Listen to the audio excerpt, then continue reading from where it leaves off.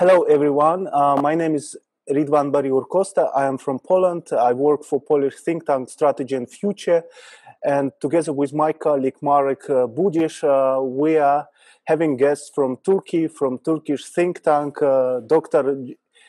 Can Kasapoglu. He is a military analyst.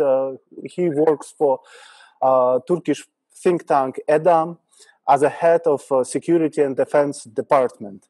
At the same time, he's quite well-known contributor to international outlets like New York Times, Jamestown Foundation, France 24, Anadolu Agency, and many others, or for instance, Jerusalem Post or BBC. So we really, in Poland particularly, we really interested what's going on in the greater Middle East, and particularly what kind of situation in Turkey and Turkish foreign policy and Turkish, let's say, global posture. So my question, hi, first of all, sorry. Thank you. Thanks for having me. And my first question is going to be about, as I said, about Turkish global posture. So Erdogan, as a leader of the country, he's struggling to achieve let's say, new status for Turkey in the global arena. And at the same time, he has many challenges inside the country, and particularly in relationship with great powers. So how would you describe contemporary global status of Turkey and its effort to become a great power? Would you agree that Turkey is already great power? If Turkey is not yet great power, so what she should to do actually in order to achieve this status? Thank you. Well, let me start with a sports analogy, and let's talk about boxing. So we have some middleweights and super middleweights in boxing, like Gennady Golovkin, like Canelo Alvarez, who can punch like a heavyweight. So they are middle and super middleweights with a stronger punch than their weight class. Turkey is that kind of country. So if you just look at the outlook of Turkey, Turkey is not a G7 member, but a G20 member. It's a mid-sized state with a modest but promising GDP. It has an enormous human resource at the homeland, but Turkish universities, Turkish academy, Turkish technological production is nowhere like, say, China, the United States, Germany. So that portrays Turkey as a perfect mid-sized state. But let's look at the strategic impact that Turkey is producing. In Syria, for instance, Turkey prevented the birth of a terrorist state led by PKK terrorist organization and its offshoots. Turkey became the only NATO nation that did not adopt a no boots on the ground caveat in its anti-ISIS operations, and Turkey has been the only NATO nation that has fielded conventional combat formations in the face of the ISIS threat. In Azerbaijan, Turkish defense technological and industrial base, Turkish drone warfare capabilities, and the transfer of drone warfare, both capabilities and concept to Azerbaijan, turned the tide in 3 decades of deadlock in the Caucasus and counterbalanced Russia. In the Mediterranean, Turkey is facing a huge alliance against the Turkish energy geopolitical calculus. But again, Turkish naval capacity is a counterbalance, is a factor there. In the Black Sea, Turkey is a significant power, and it is right now gaining a multiplier with the burgeoning defense cooperation with Ukraine. So, in a nutshell, yet again, turning back to my initial sports analogy, boxing analogy, I would call Turkey a middleweight boxer with the punch of a heavyweight when needed. So, the question here is, I think, is it sustainable? So can Turkey make it for 1 or 2 rounds? Turkey can definitely make it with a strong punch. But referring to our initial analogy, can Turkey make it for 12 rounds? Can Turkey sustain this heavyweight punch? That's the first question. And the second question is, if Turkey wants to compete in higher weight divisions, because it is the saying of President Erdogan, again, let us highlight, the world is bigger than 5, he says, referring to the UN Security Council structure. Can Turkey eventually make it to the heavier weight divisions and be a permanent fighter there? These are the two questions, I think.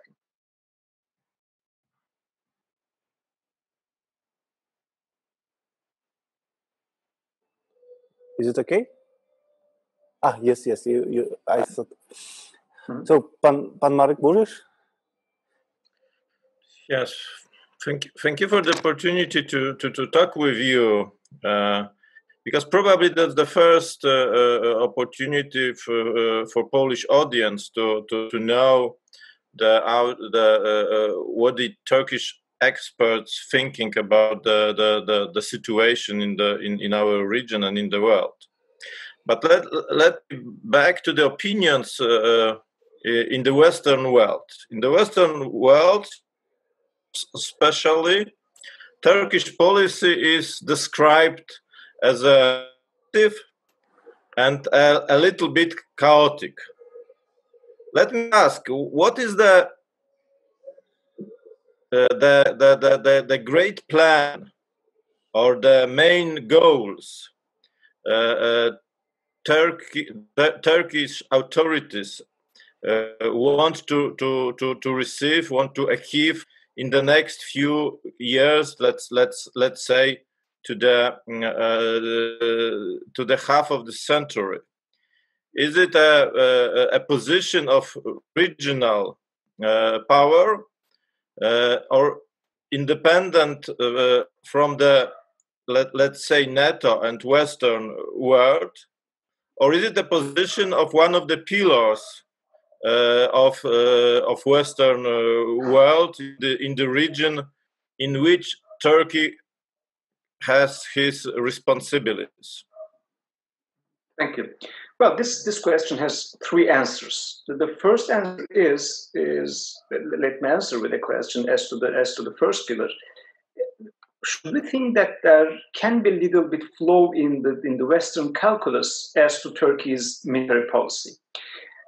I definitely accept the very fact that Turkey is now relying more on its military toolbox than it was doing in the past.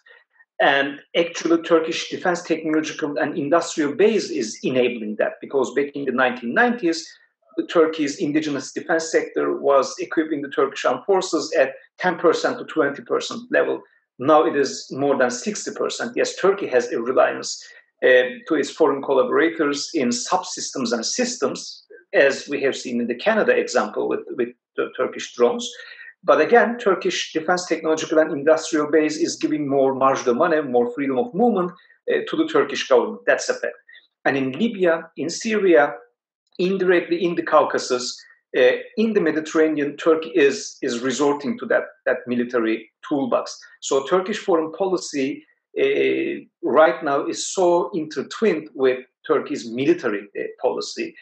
Sometimes Turkish foreign policy is pioneering the military policy, and sometimes Turkish military policy is functioning as a battering ram, paving the ground for foreign policy to follow. But let me ask you again. So in Paris, looking at the things from Élysée and putting ourselves in President Macron's shoes,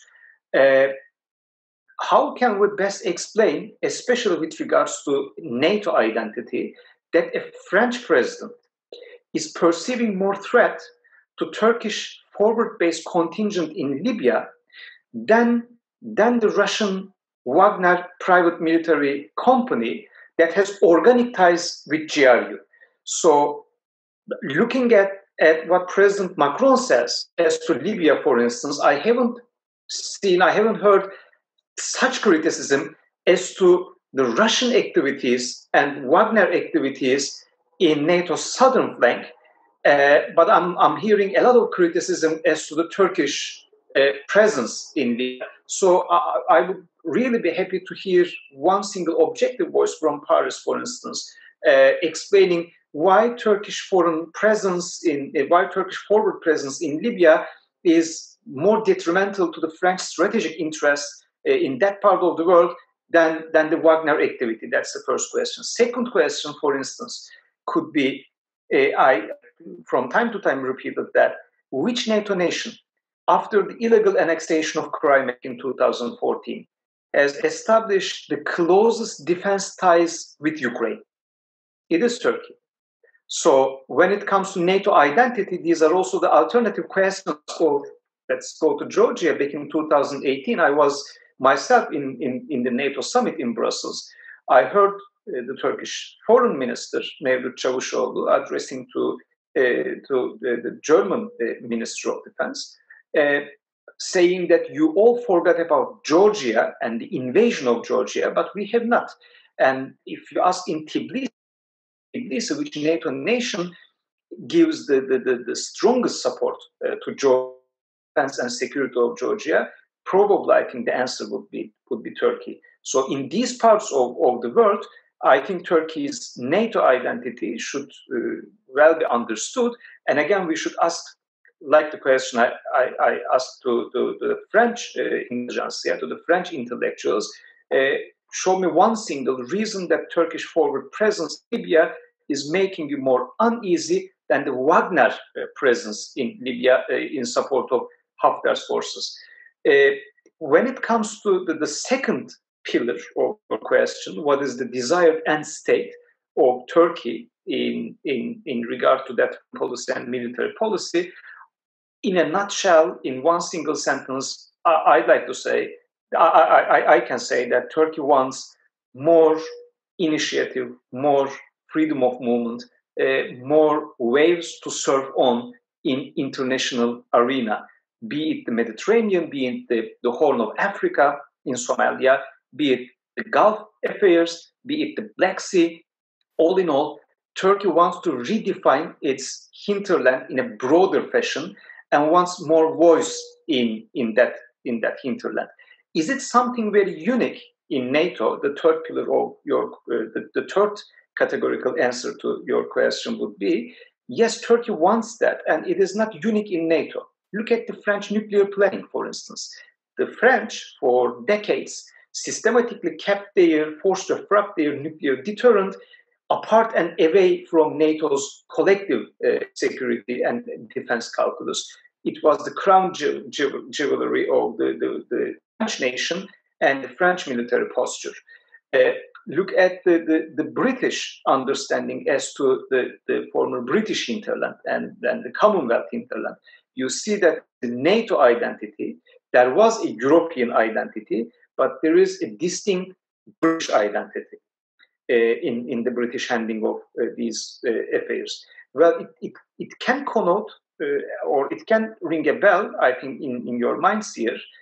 The two examples that I'm giving, France and Britain, two post-imperial nations, just like Turkey. So is it pure neo-Ottomanism? I wouldn't call it so. But is it a nation redefining a broader hinterland with some kind of, I wouldn't say imperialist, but I would say post-imperial geopolitical calculus? Yes. If Syria gonna be redesigned, if Iraq gonna be redesigned, if the strategic picture in the Caucasus is changing, if there is a new energy geopolitical outlook in the Mediterranean, overall Turkey wants to have more say in that. And Turkish military policy is the pulling here, actually. So you are, I think. Yes, unmute. Mm-hmm. Please unmute. Sorry. Let me one more question and help me try to understand Turkish policy and cooperation, sometimes rivalry with Russia. Russian experts describing this situation are talking that there is a new reality of power situation in the region. There is no block thinking. There is a new era of pragmatic cooperation and a new era of times of rivalry between the regional powers, as Russia is and as, of course, Turkey is. But Russian experts think that there is, in practice, this new approach of Turkey will mean that the NATO is a block of the past, which will not in future exist and which be replaced by this new form of elastic cooperation and elastic rivalry sometimes, as took place just now between Turkey and Russia. Do you agree with this point of view? Well, there is a part that I agree with the Russian geopolitics, and the part that I disagree with them. The part that I disagree with them, I think NATO still has a function in the future, at least in the future coming decades, security agenda. Because NATO's primary capability up until now has been its adaptability to new situations. NATO weathered the Cold War. Actually, let's be honest, NATO won the Cold War. And then came the 9/11 and counter-terrorism and a new risk posed to the alliance coming from an enemy, a territorial enemy, actually. And NATO adapted to that situation also well. We have seen that NATO has witnessed many episodes of global strategic agenda, and I think NATO still has a function in the upcoming years, despite the intra-alliance disputes, disagreements, despite the defense economics divergences between the two sides of the Atlantic, despite we have bilateral issues within the NATO alliance, like the Spanish-Britain disagreements over Gibraltar, like the Turkish-Greek bonanza in the Aegean and the Mediterranean, still we have one thing that is very precious. No NATO nation up until now has come under attack by a third party. No third party was able to claim a NATO nation's territory by force or the threat of using force. And the main benefit, I think, of the transatlantic alliance is this very deterrence factor. This is what the Russians are very wishful thinking about. The NATO alliance will collapse. So maybe smaller Baltic states would be easier to swallow following the threat in Ukraine. Well, the bad news for the Russians, good news for the free world, that it will not happen. NATO is there to stay. But when it comes to the second aspect of your question, Turkey's relations with the Russian Federation, I call frenemies. Turkey and Russia clearly were at the odding sides. I think in Azerbaijan-Armenia conflict, Turkey has a strategic alliance with Azerbaijan, with the casus foederis that makes it a military alliance like NATO-Washington Treaty Article 5. Likewise, the Russians have the very same with Armenia. When it comes to Syria, the fate of the Assad regime, the Ba'ath rule in Syria, Turkey and Russia are definitely at odds, at the opposing camps. When it comes to Ukraine, Crimea, Turkey and Russia are definitely in the opposing camps. And I can just like you many other examples like that. We shouldn't forget one fact. Turkey.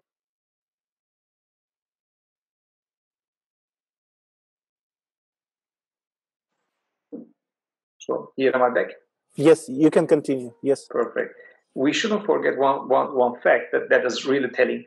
Turkey live fire tested the S-400 strategic SAM system on the very same day that it signed the most comprehensive defense cooperation deal with Ukraine that a NATO nation did. So this itself is very telling that you have a NATO nation that's testing the S-400, risking the CAATSA sanctions coming from the United States, and at the same time it has signed the most comprehensive defense cooperation agreement with Ukraine, defying Moscow's calculus in Crimea. I think one aspect here that the Russian Foreign Office, Russian diplomacy was more, say, more talented than many other Western diplomatic schools was compartmentalization. So the Russians, for instance, because they had disagreements with Turkey in Syria, because they had disagreements with Turkey in Caucasus, because they had disagreements with Turkey in Crimea, in Ukraine, did not refrain from selling their most advanced strategic SAM system to Ankara. Whereas, for instance, right after Turkey's Operation Olive Branch in Syria back in 2018, and then Operation Peace Spring in northeastern Syria, both operations were targeting PKK terrorist organizations offshoots in northern Syria. We all saw NATO allies of Turkey exercising different arms restrictions and arms embargoes on Turkey. For what? For launching a cross-border campaign in Syria, for launching a cross-border campaign against some kind of non-governmental armed organization that is recognized as a terrorist organization, not only by Turkey, but also by the European Union and the United States, as seconded by then Secretary of Defense Ashton Carter before the congressional testimony. And the same nations that exercised that kind of arms embargoes on Turkey did not even think about doing the same to Saudi Arabia as to its operations in Yemen, for instance.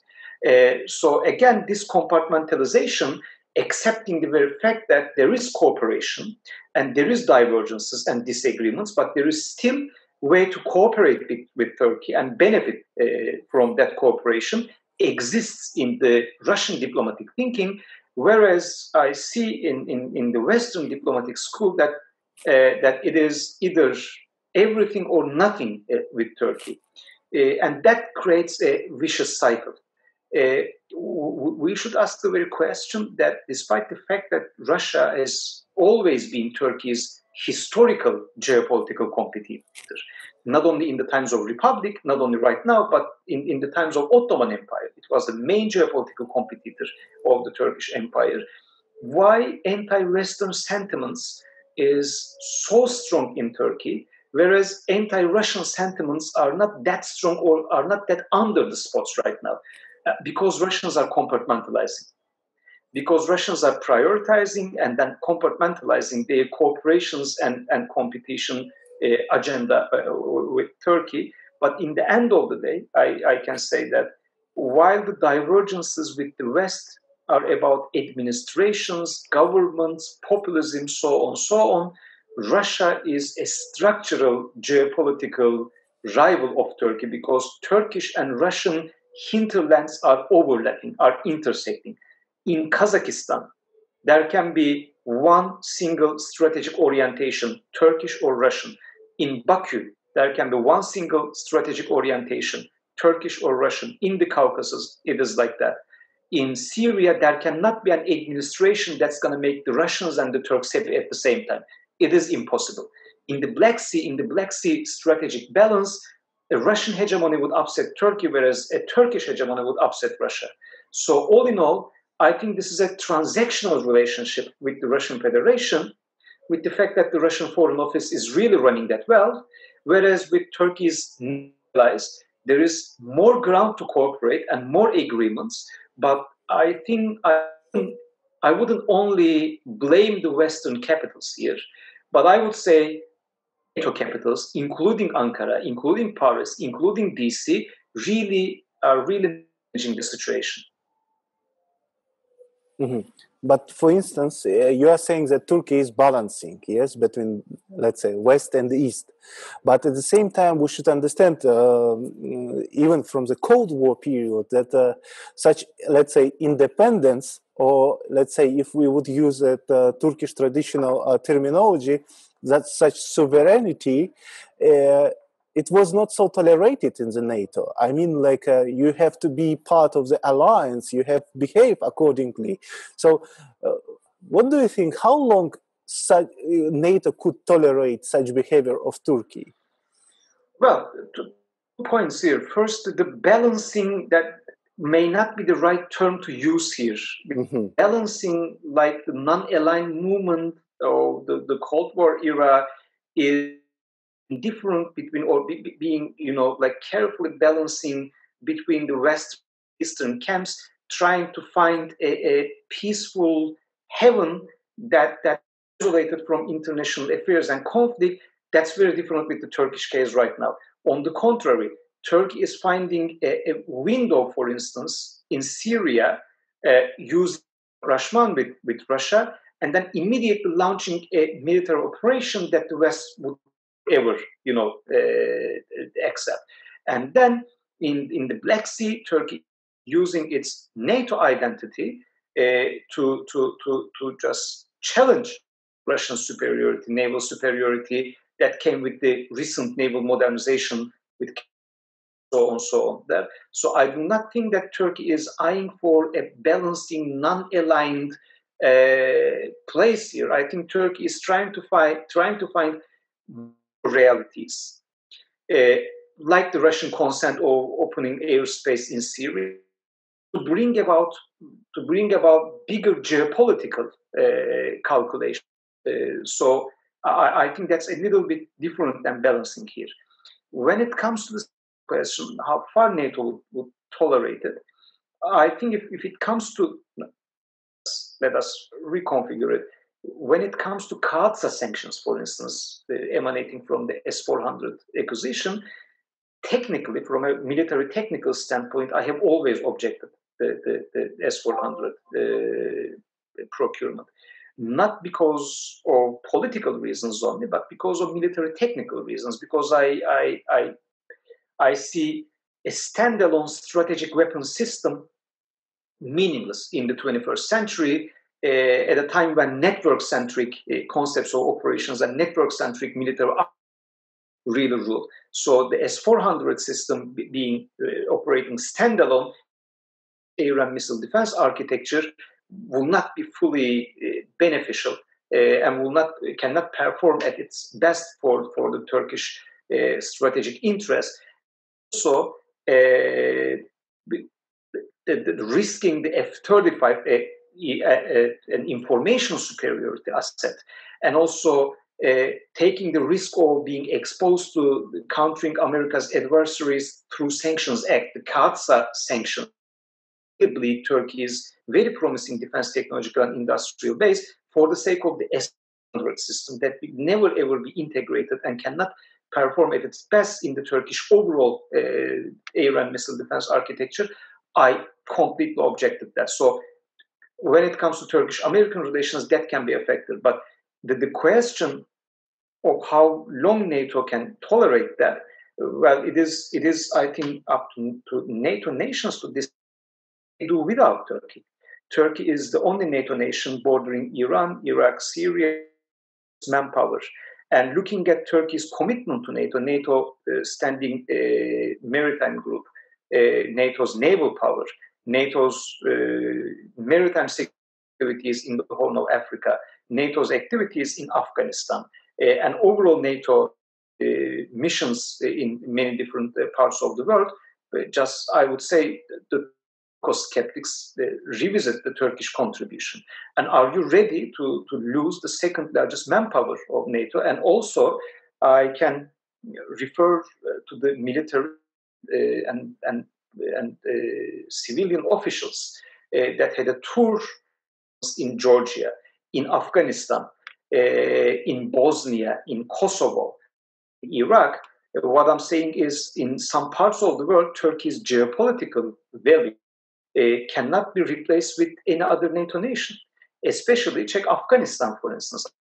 Many foreign nations doing their patrols with Turkish flag on their fatigues, their uniforms, because being a Turkish officer in Afghanistan has a different meaning. Being a Turkish officer in the Caucasus has a different meaning. Being a Turkish officer in the Balkans has a different meaning. A geopolitical value that no other NATO nation can bring to the alliance. So when it comes to that kind of, I'm not actually, you brought to the table something really valuable, but by saying tolerate. But I think in terms of cost and benefits, I think it is up to those NATO nations to think. But there is one other tolerate kind of word that we can use as well. I recall back in 2016, if I'm not mistaken, before the congressional testimony, Ashton Carter was then Defense Minister of the United States, the Secretary of the United States. And the question came from, very interestingly, from Senator Lindsey Graham, who objected to Turkey's Operation Peace Spring, who even advocated Turkey being kicked NATO. He asked Ashton Carter, he knew that YPG, PYD, forget about these abbreviations, but the armed groups in Syria that US was working with had substantial ties with the PKK terrorist organization that is recognized as a terrorist organization in the United States. Ashton Carter answered, yes, we know that they have substantial ties with the PKK terrorist organization. PKK is not only a terrorist organization in Turkey, but also here in the United States, and our relations with those groups are transactional. Okay?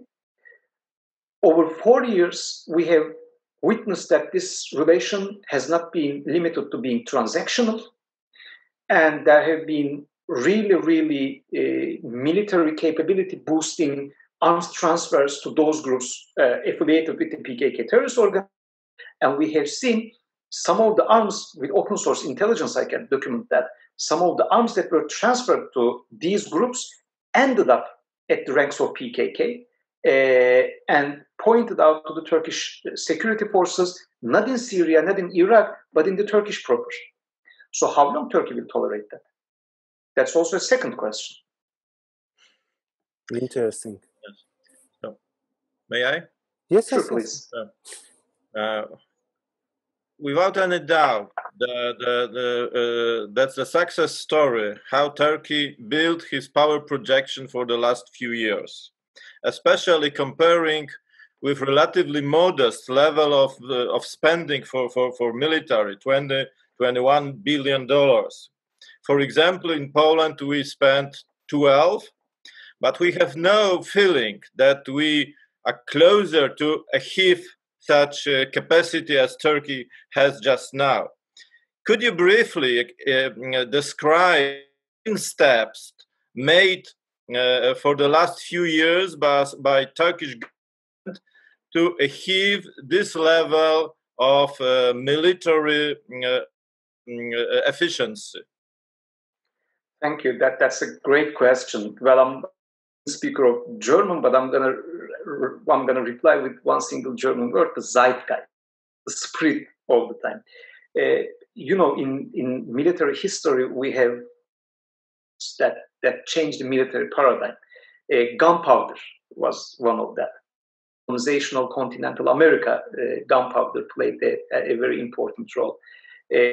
Artillery in the First World War, the First World War saw the very late successes. When it came to the Second World War, actually speaking to my colleagues, I think you know much better than I do, but the Second World War proved that cavalry was no more efficient. Actually, your military history tells that in a bit.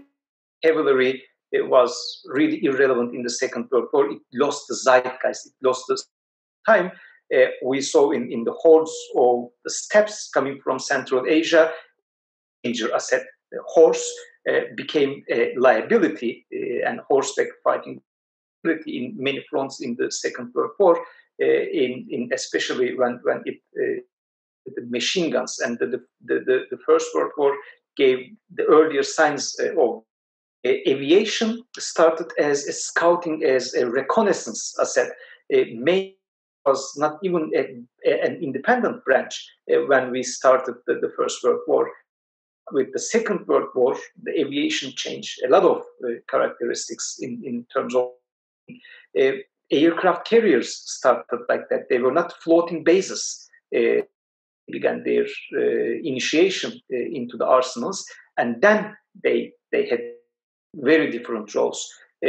We can just come up with many examples like that, but the nation that we are talking, Turkey, has not been able to produce the third generation, fourth generation fighter aircraft so far. The indigenous main is yet to come, and it has a huge power pack problem. Okay, Turkey is only in the 20th and 21st century, late 20th and early 21st century, managed to produce its own ballistic. So on, so on. So Turkey has been on the losing side of the hard industrial age. But the beauty and the real success that Turkish defense technological base has been working miracles nowadays, that it is waves of the zeitgeist. It is investing in dronization, robotic warfare systems, smart munitions. So it is Bayraktar T built a name for itself as the Panzer Hunter, going after the Russian low to mid altitude modern air defense system Panzer family. It is really the combination of the platform with thousands of over really dangerous combat zones, and also made smart munition that is fitting a lot of firepower in only something like 20 kilograms. So again, back to initial nutshell answer, it is the zeitgeist. Turkey is investing in major system. And when I was giving a comment to a news outlet as to the Azerbaijani-Armenian bonanza in the Caucasus, I said, are told with the 20th century military paradigm, whereas the Azerbaijanis, the first century military paradigm, that was the difference. It is not the defense. Had it economics, okay? Had it been Azerbaijan's hydrocarbon-driven economy, should have won a miraculous victory in Yemen. They couldn't perform as spectacular as Azerbaijan or the Emiratis. They couldn't do that. It is not only petrodollars, it is not only hydrocarbon economies, the right concepts of operations, the zeitgeist, understanding the and investing in the right concepts with the right platforms and the right munitions. Of 21st century is more autonomy, more robotic systems, more unmanned systems, more dronization and more drone warfare activities within a network-centered, meaningful architecture. Turkey is doing that. Turkey is doing the right investment. That's something that I wrote for the Jamestown Foundation, at the La Belle Epoque of Turkey's dronization, that the best times of Turkey's dronization. No, because Turkey is standing in a critical mass right now. That it saturated its know-how in tactical systems and mail systems, which we call medium altitude, long endurance systems, like Anka. And the next up is higher segment operational to strategic systems, like Akıncı. Bayraktar TB2, for instance, has a combat payload of, when it comes to munitions, 55 kilograms. And overall, with the full combat payload, with sensors and everything, it is really humble. Akıncı, on the other hand, will bring something more than a ton to the battleground. And it will be equipped with some weapons that are really exotic. I can say air-launched cruise missiles, with ranges more than 250 kilometers, for instance. Beyond visual range air-to-air missiles, for instance. Another system, Aksungur, produced by TUSAŞ, will be an anti-submarine warfare asset. It will be equipped by a magnetic anomaly detector that we call MAD, and a sonobuoy that are fit for detecting submarine activity. So these new systems coming with more autonomy, larger payloads, more advanced sensors like AESA radars, they will mark the next episode, which is far bigger in Turkey's dronization. So as to our NATO allies like Poland, what I would suggest is there are two ways here in managing defense economics and defense industry. One is the Gulf Arab nations way, is spend more so you're going to be a more powerful nation, which proven to be not that accurate in Yemen with the Saudi example. And the other one is the Turkish-Azerbaijani example, spend smart and do not only work on the platforms, but also the entire architecture and the concepts of operations. Like Azerbaijan demonstrated the integration of land-based fire support assets with unmanned systems, meaning the artillery and multiple launch rocket systems working side by side with drones, both in terms of target acquisition, reconnaissance, but also battle damage assessment, using drones as information warfare assets. The Turkish Ministry of Defense Twitter account and the Azerbaijani Ministry of Defense YouTube account and Twitter account really work like information warfare powerhouses, and they use footage coming from unmanned systems. That's the zeitgeist. That's how you fight the wars in the 21st century. And I think this like the Azerbaijani way of managing the defense economics, the Turkish way of managing the defense economics, and the Saudi way of managing the defense economics, okay? And the Armenian way of war fighting and the Azerbaijani Turkish way of war fighting is, or they do not reflect only a hardware capability gap between the warring sides, but a paradigm gap, the military intellectual gap between the warring sides. And I think that's the trick here, surfing on the waves of the zeitgeist. I have one particular short question regarding the drones. Actually, we're fan of you together with Mr. Marek Budish. We're reading your articles, and when you wrote about dronization. So, but at the same time, let's say, as you said, 20th century against 21st century. So 21st century winning over the 20th century. But the difference between particular advance that drones have regarding the, let's say, electronic warfare and jamming system, it is maybe in this generational, let's say, difference.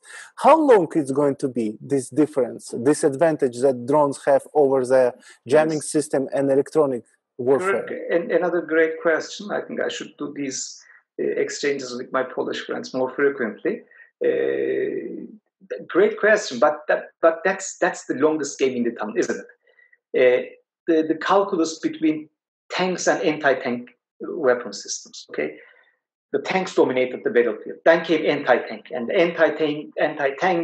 Tanks had to modernize with reactive explosive armor, and then came tandem charges with regards to anti-tank systems. That's the endless cat and mouse game. Check the choppers, for instance. They dominated the battlefield. And then came MANPADS, man-portable air defense systems. And then countermeasures for the helicopters. And then countermeasures to the MANPAD systems, like all-direction approaches, like the flare filters, so on. And I can give many examples like that, because that's the mantra of that's the real meaning of the game. So drones will dominate the battlefield. Then will came the electronic warfare systems that's going to score really good kills on the drones. And then drone will come with, if they can, and if some successful nations manage to do that, with good countermeasures against electronic warfare systems like satellite communication. And then electronic warfare systems will come with other countermeasures that, for instance, like spoofing the GNSS, like the SATCOM jammers they're gonna come with that directly hit directly target the GNSS receivers. And then maybe the drones will come with more robust data links, okay? And then the electronic warfare systems will come up with other countermeasures that directly target those data links. That's the game in the town. That's the notorious beauty of military science, that everybody comes with a bigger hammer next time or a sharper sword.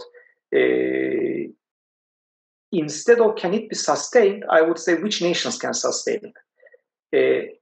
First, you have to be intellectual to sustain it. I always pay attention when trying to analyze a nation's overall defense ecosystem. That does it have something like Raytheon, Northrop Grumman, but also does it have something like RAND Corporation, like CSIS. Okay, that's really important.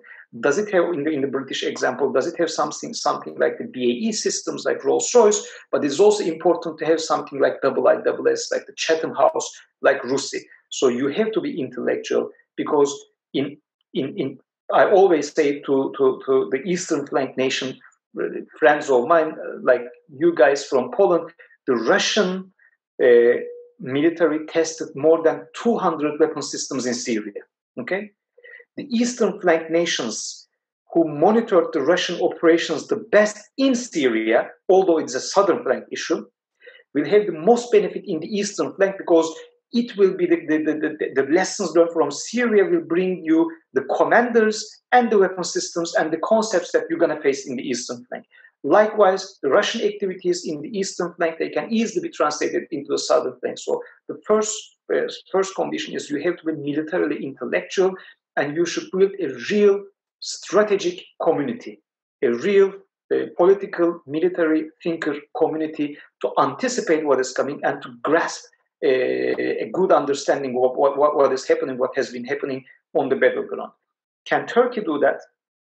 I would, it is not the economy, because when we started, you manage economy, it is not the economy that's going to challenge Turkey the most. It is not the political polarization that's going to challenge Turkey the most. Turkey produces one of the best, maybe the best tactical and mail drone in its class, like Bayraktar TB2, like Anka. But if you ask me the very question, can I recommend you a good book, a good reading for your think tank about these drone operations? I cannot. So I would call that's the first shortfall of Turkish defense technological and industrial base. Turkey has promising military industrial powerhouses, but not something like RAND Corporation, not something like RUSI, not something like CSIS. That will be the first, I think, challenge. The second thing is, can you keep making the right investments? And it relates to the first question again. And the third thing, that if a drone power can sustain its advantage over counter-drone measures, can you use your ability in right places at right times against right adversaries? The Azerbaijani campaign against the Armenian formations worked really well, because the Armenian formations were really platform-centric. They couldn't grasp that only under a network-centric architecture and full information superiority, their air defense systems can shoot down meaningful numbers of Azerbaijani drones. So they were easy prey for Azerbaijani robotic warfare capabilities transferred from Turkey and Israel. Against a network-centric adversary that has a better understanding of the battleground, that has a better understanding of what is going on with advanced sensors and set of sensors, so on, so on, it wouldn't have been that easy. So I think it is also up to the military planners as to when to use and where to use and against whom to use these capabilities. But right now the zeitgeist is with drones, and I can call it an offense-dominant regime. Will electronic warfare systems come up with something robust to turn the tide, or at least scoring an equalizer, remains to be seen. But I cannot rule out that possibility.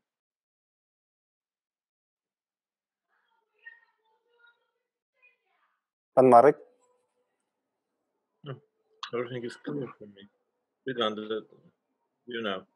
We have time. Have we enough time to just mention the political results of Karabakh conflict? Yes. At least, let's say 10 minutes we have. 10 minutes. Okay. So let me ask you about your opinion about the political results of Karabakh conflict, because there are few points of view. Yes, I've read the opinion of Mr. Ataman, for example, in Daily Sabah, that there are two political winners. Russia is a winner, and Turkey is a winner from the political point of view. The West, I mean, the Minsk group, that's France and America, is a losers of this conflict. But if you compare this opinion with the yesterday's statement of Mr. Putin, when he told that the status of the Karabakh will be discussed in the future, and that Russia will cooperate closely with France and America, it's not looks like that Turkey is a winner. Of course, I think that we have just now the period of renegotiation of this agreement. But what's your feeling at the end of the day? Will Russia be able to achieve more than they have now, or Turkey will be on the winning side, or maybe both? Thank you. Well, 3 quick points. I think the Russians, when they see a Turkish uniform in Syria, in Iraq, in the Mediterranean, they see a Turkish combat formation, they see a Turkish officer or non-commissioned officer. But when they see a Turkish uniform in the Caucasus, in the Baltics, in former Soviet space, in former Warsaw Pact space, they see NATO.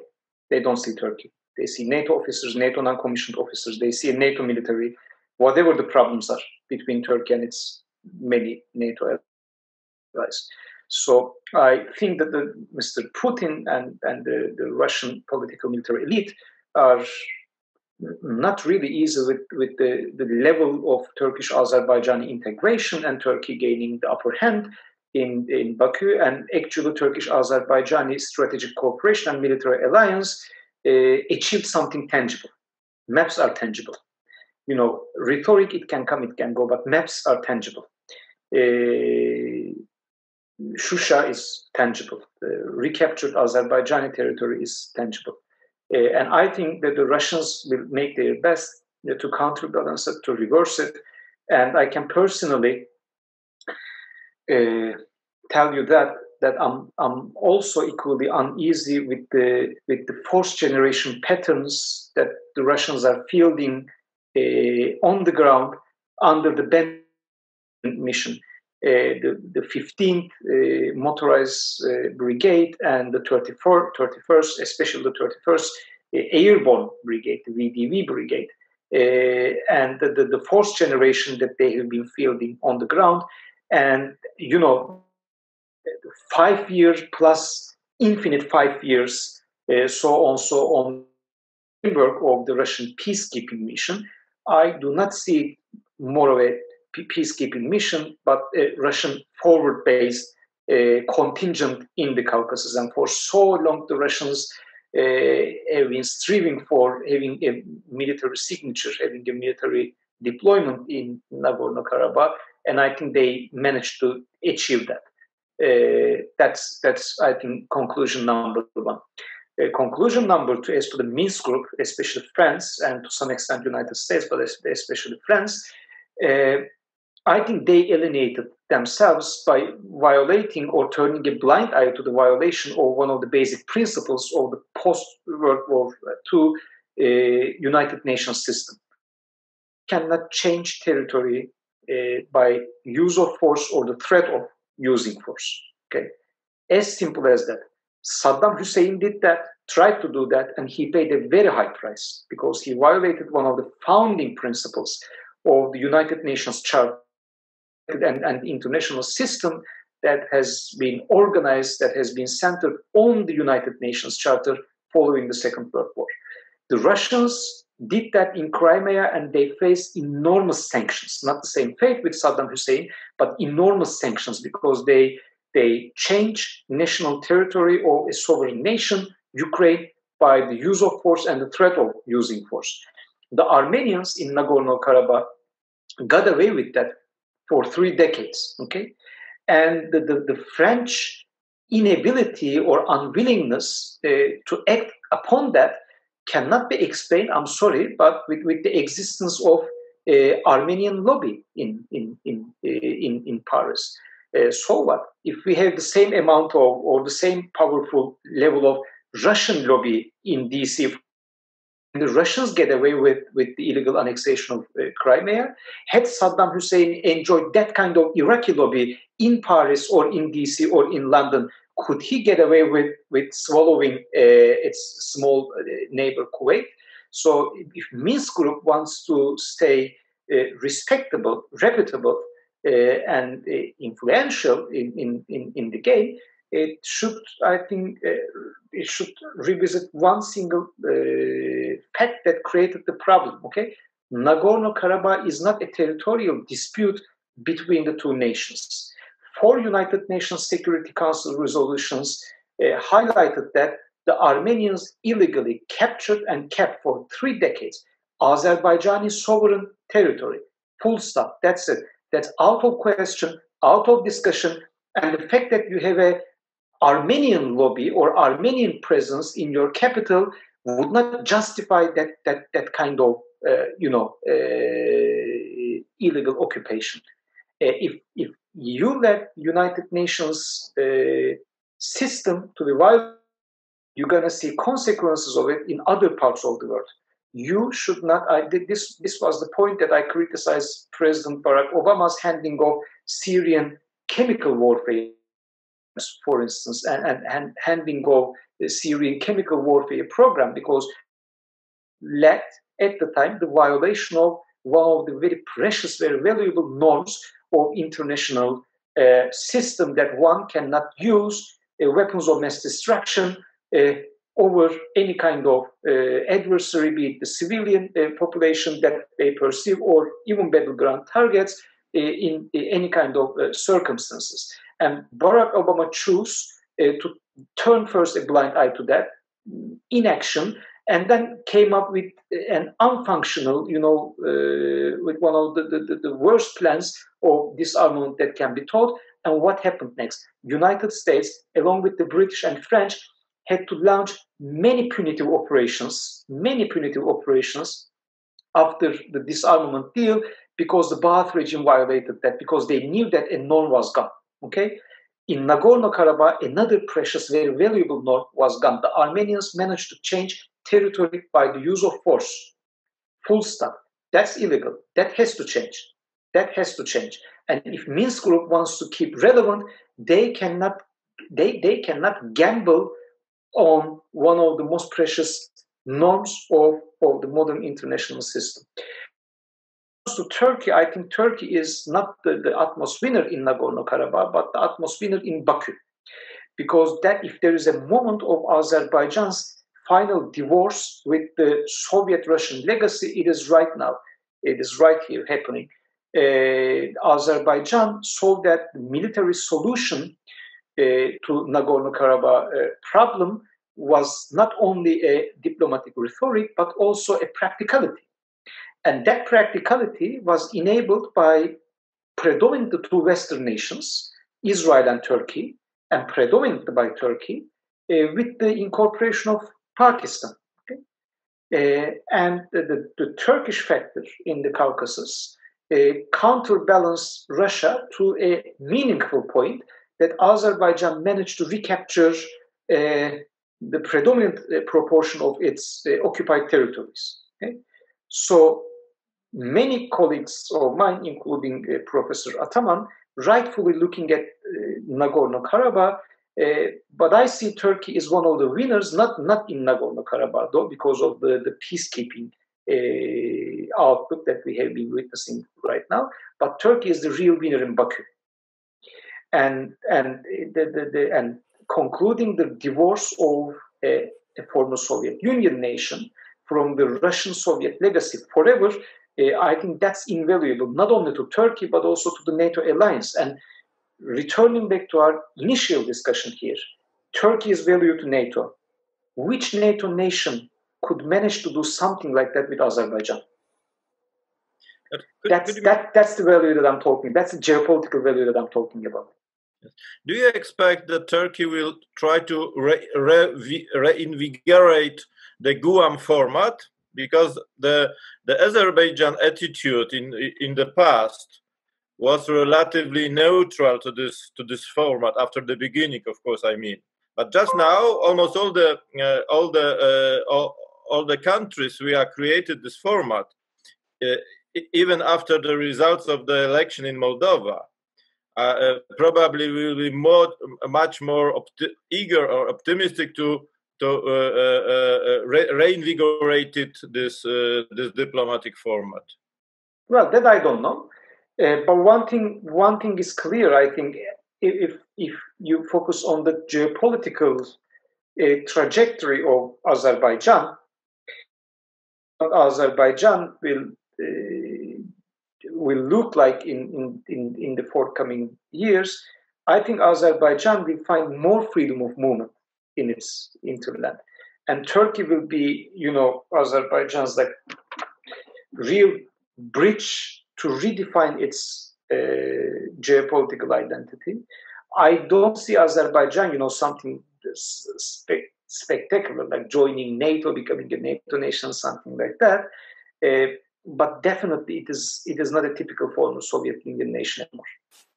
And it happened because of Turkey. And what I think with regards to Azerbaijan in Nagorno-Karabakh, I think as they use their money rightfully and wisely, smartly in their defense modernization, I think we're going to also see a miracle in the of the occupied territories, because many of the territories are burnt to ground, And I think that we're gonna see some real miracle in that, and I think that will be the biggest score against the Russian Federation.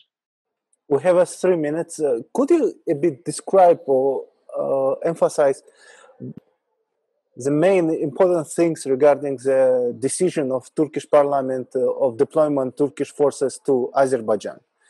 Where are they going to be deployed? I mean, to Nagorno-Karabakh, or specifically to Baku, this new informational center between Russia and the details are yet to come.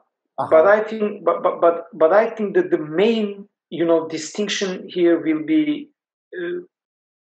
Turkish forces will be in the headquarters monitoring the peacekeeping mission, or directly on the ground being a part of the peacekeeping mission. I think the Russians would not like to see that. The Armenians would not like to see that. But I wouldn't say that the chances are zero for this, because definitely the Azerbaijan see that. So I think that the one of the main issues here is whether to have a Turkish contingent, but will it be a headquarters contingent or on the ground contingent patrolling in the area? I think that's the key aspect here. The Armenians and Russians would not like to see, but the Azerbaijanis would insist seeing.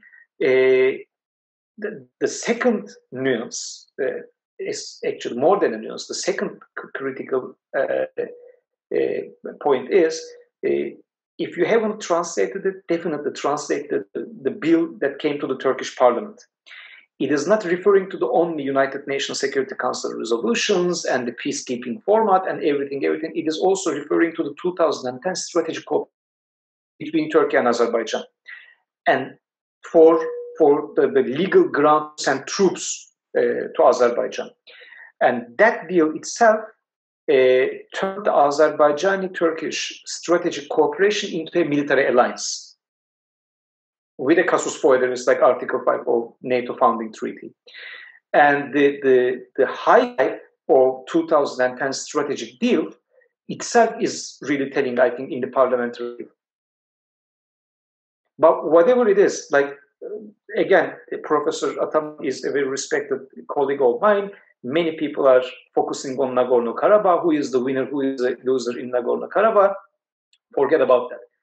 Turkey is the absolute winner with Israel, but first and foremost Turkey.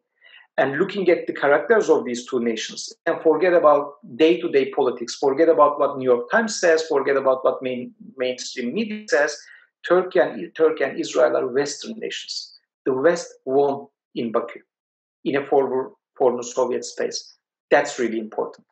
And no other NATO nation than Turkey could manage to do something like that. That's really, really the big news. Pan Marek, yes. Thank you. I think that we lost that we have not enough time, because we are talking almost an hour. It was very interesting to know your opinion. Thank you for the conversation. I hope that in the future we have more opportunities to exchange our views and our opinions. Probably that will be extremely interesting for Polish audience to know your opinion and to see the situation in the region through your eyes. That's new. That's very instructive. Thank you very much. Right. Poland has always been a favorite country of mine to visit, not only for sightseeing, but also intellectually. I see in Poland there is a huge dynamism as to strategic affairs, and I see there is a new generation, like your colleagues, coming with the understanding of the 21st century, with the will to understand the 21st century and manifest something meaningful in geopolitics. Poland is also a country, a nation with a huge potential and an interesting geopolitical identity. I think we should both, in this format, between our institutions, between EDA and your institution, but also between Polish and Turkish strategic communities, we should foster these kind of strategic dialogues more. So thank you so much for having me. Thank you, Dr. Can Kasapoglu, and I hope it's not going to be last our meeting. And have a nice day. Have a nice day. Ciao, ciao. Bye. Bye-bye.